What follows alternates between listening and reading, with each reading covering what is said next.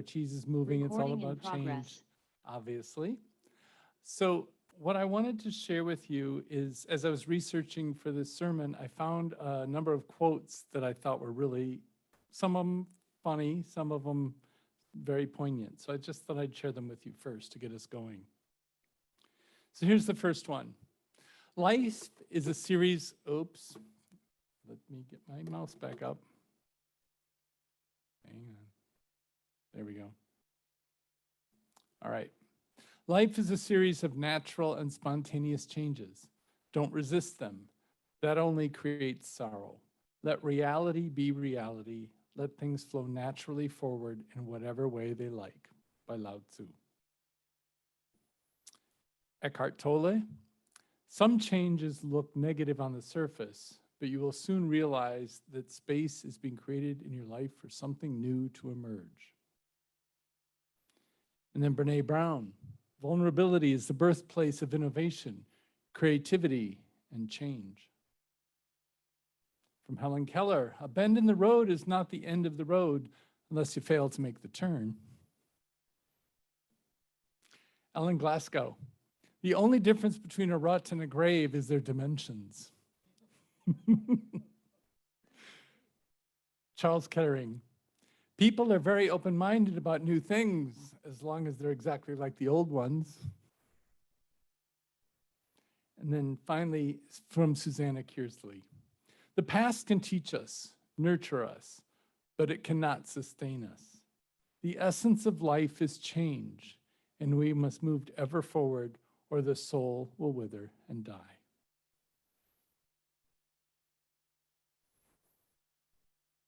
So thank you for humoring me in the quotes I found. So we've just seen this animated video of the book, Who Moved My Cheese? And I realized it was kind of an old video, so the quality wasn't the greatest, but I think you got the idea. I heard some people in the room here chuckling. My Dr. Spencer Johnson, and I got the book when I worked in the corporate world probably 20 years ago, and we all kind of had to read it and talk about it at the time. And since we're in the middle of change right now, it seemed like a really appropriate book. And since this is Wisconsin and we're all about cheese, it seemed completely appropriate. So I have a first question. Think about yourself. Are you the mice or the humans in this story? So there's Sniff and Scurry, who keep their noses close to the ground so that they can sense that something is changing, and then they scurry off to find the new cheese and savor it right away. But the humans, the more complex brains, as the story says, are hem and haw. And they like things just the way they are, of course. They aren't aware that something's really changed until it's almost too late. And then when they discover it, they try to ignore it. And they resist in the need to go find something to eat and would rather wait around for the cheese to come back. So which one are you most like? Sniff or scurry or hem and haw? Are you always looking for something new? Are you one of those early adapters, you know, the first one that had an Apple Watch, perhaps? You like to try out new things. Or do you prefer to get things just the way you like them and then keep them that way? You enjoy the comfort in knowing what to expect. You're not a big fan of surprises, or maybe even a bit afraid of an unpleasant or awkward experience that might pop up if we tried something new. Or maybe it's just situational. Maybe in some cases you're very comfortable with being adventurous, and in other cases you want it to be the way it's always been. So I'll give you the situation then. What about our fellowships? What about these congregations? Are our fellowships the mice or the humans in this story? So I think, you know, the three fellowships that I serve are not that old. And they've got people in them who remember back to the original days, or maybe the heyday after they had a bumpy start or something like that. And I've read about the fellowship movement in general in Unitarian Universalism. It was a big movement in the 50s through sort of the early 80s is when most of the fellowships were created.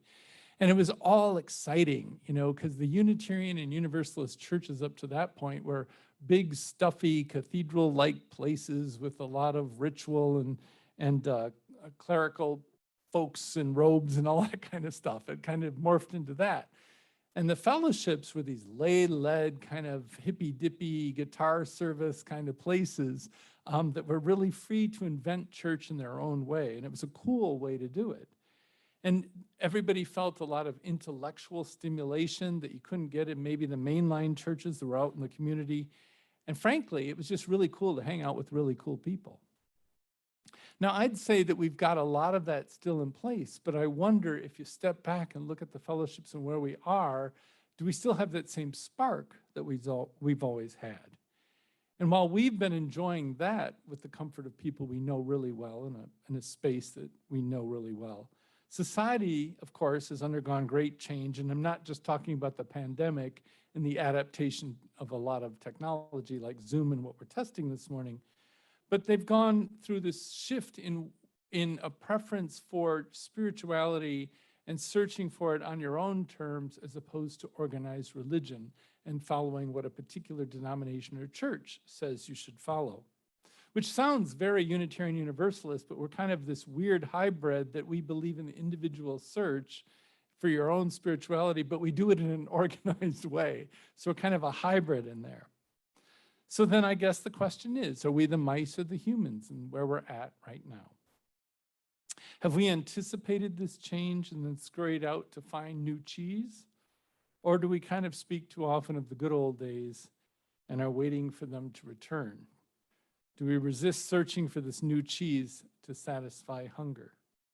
In fact, as I was working on this, I wanted, how do I take this kind of corporate thinking book and apply it to our realm, the realm of fellowships and religion and congregations?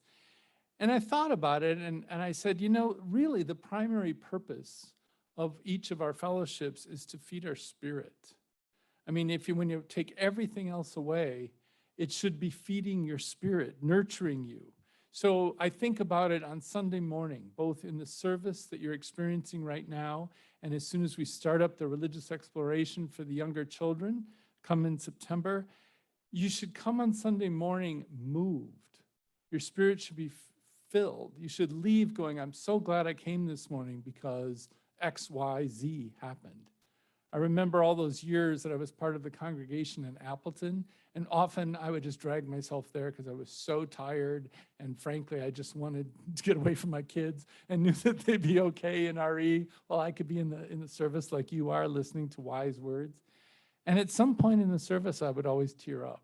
And it might not even be the most dramatic sermon ever given on the face of the earth, but it didn't really matter. I felt just in that space with those people, felt moved, and that's what I would expect you to get out of our services here.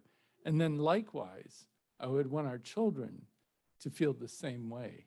In fact, ideally, I would want the children to beg their parents to come to church every Sunday morning because they're getting so much out of it. The other programming should also have the same standards. And we're doing a lot of things, a lot of change, and that's really why I wanted to bring this up this morning. We're putting a lot of change in place all over everything we do. And the reason we're doing it is not just because we like more toys and we like the fancy camera that's now in the ceiling and that we can use electronics, but because we believe that it's a way to enhance that feeding of our spirits and make it more sustainable and frankly more appealing to a broader audience. So in case you haven't kept up on newsletters or been part of the organization that's been planning things, there's a lot of things that are changing. You can see this right here with the technology, but we're also launching a new teen program. So instead of having a coming of age or that OWL program, and OWL is basically a human sexuality and healthy relationship program, in each congregation, we only have a smattering of teens per congregation, 2 or 3, and 2 and 3 teens is not a youth group make. So the whole idea is to leverage the 3 congregations that we have, and the 2 or 3 or 4 teens in each congregation can combine to be 10 or 12 teens. And the goal is to get them to know each other. So we're going to do it all virtually. So that's a big change, to have them touching base with each other virtually, kind of going through the programming at a slower pace. And then the idea is to also have coordination and a collaboration with the Appleton Fellowship and their teens, and physically once a quarter to go spend a whole Saturday or maybe even a lock-in with their group there And there's even plans to do a trip to Chicago next spring to see famous UU sites down there. So something new, something exciting, and we couldn't have done it without the technology that we've got going in front of us.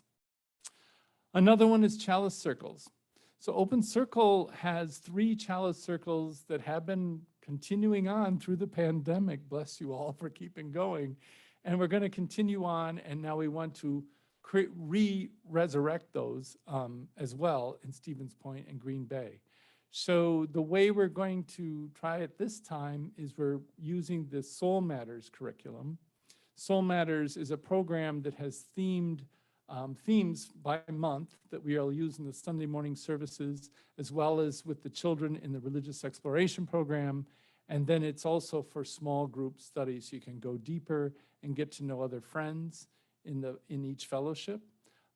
So we will use that program, and you can either physically get together with friends and colleagues in each city, or I'm going to actually be running one that's virtual across all 3 congregations if you don't feel comfortable being physically with everybody else, or if you just want to get to know what the other people in the other fellowships are like. So it's a new thing, the new chalice circles, and if you want to sign up with those, I need to know by the end of the month, so just get a hold of me.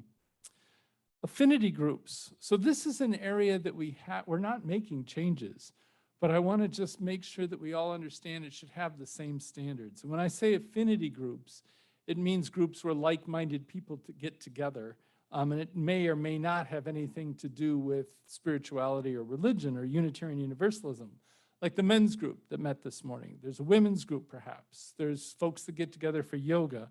There's environmental groups or environmental justice groups, I think, in all the congregations. Spiritual practice groups. Over the winter, we had book discussions.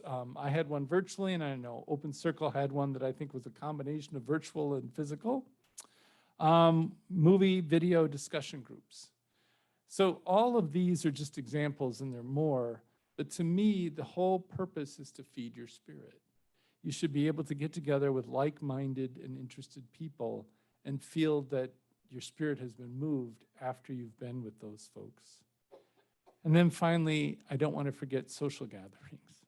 So we have potluck Sundays. That's an Open Circle invention, I guess. The 5th Sunday, when a month has a 5th Sunday, we're now having a potluck, and the other 2 fellowships are going to do it as well. So it's just a social gathering. There's no service or programming, so you get to know everybody else at that level. And we're hoping to also start having some game nights and expanding just people you know on a social level and your circle of care. So there's a lot of change gonna happen, and I think it should continue to happen. So my point is, I hope we're a little bit more like sniff and scurry, and that we've learned that sitting still and assuming that things are going to stay the same is probably not going to work for us. But I do believe that I strongly believe we have something to offer the world.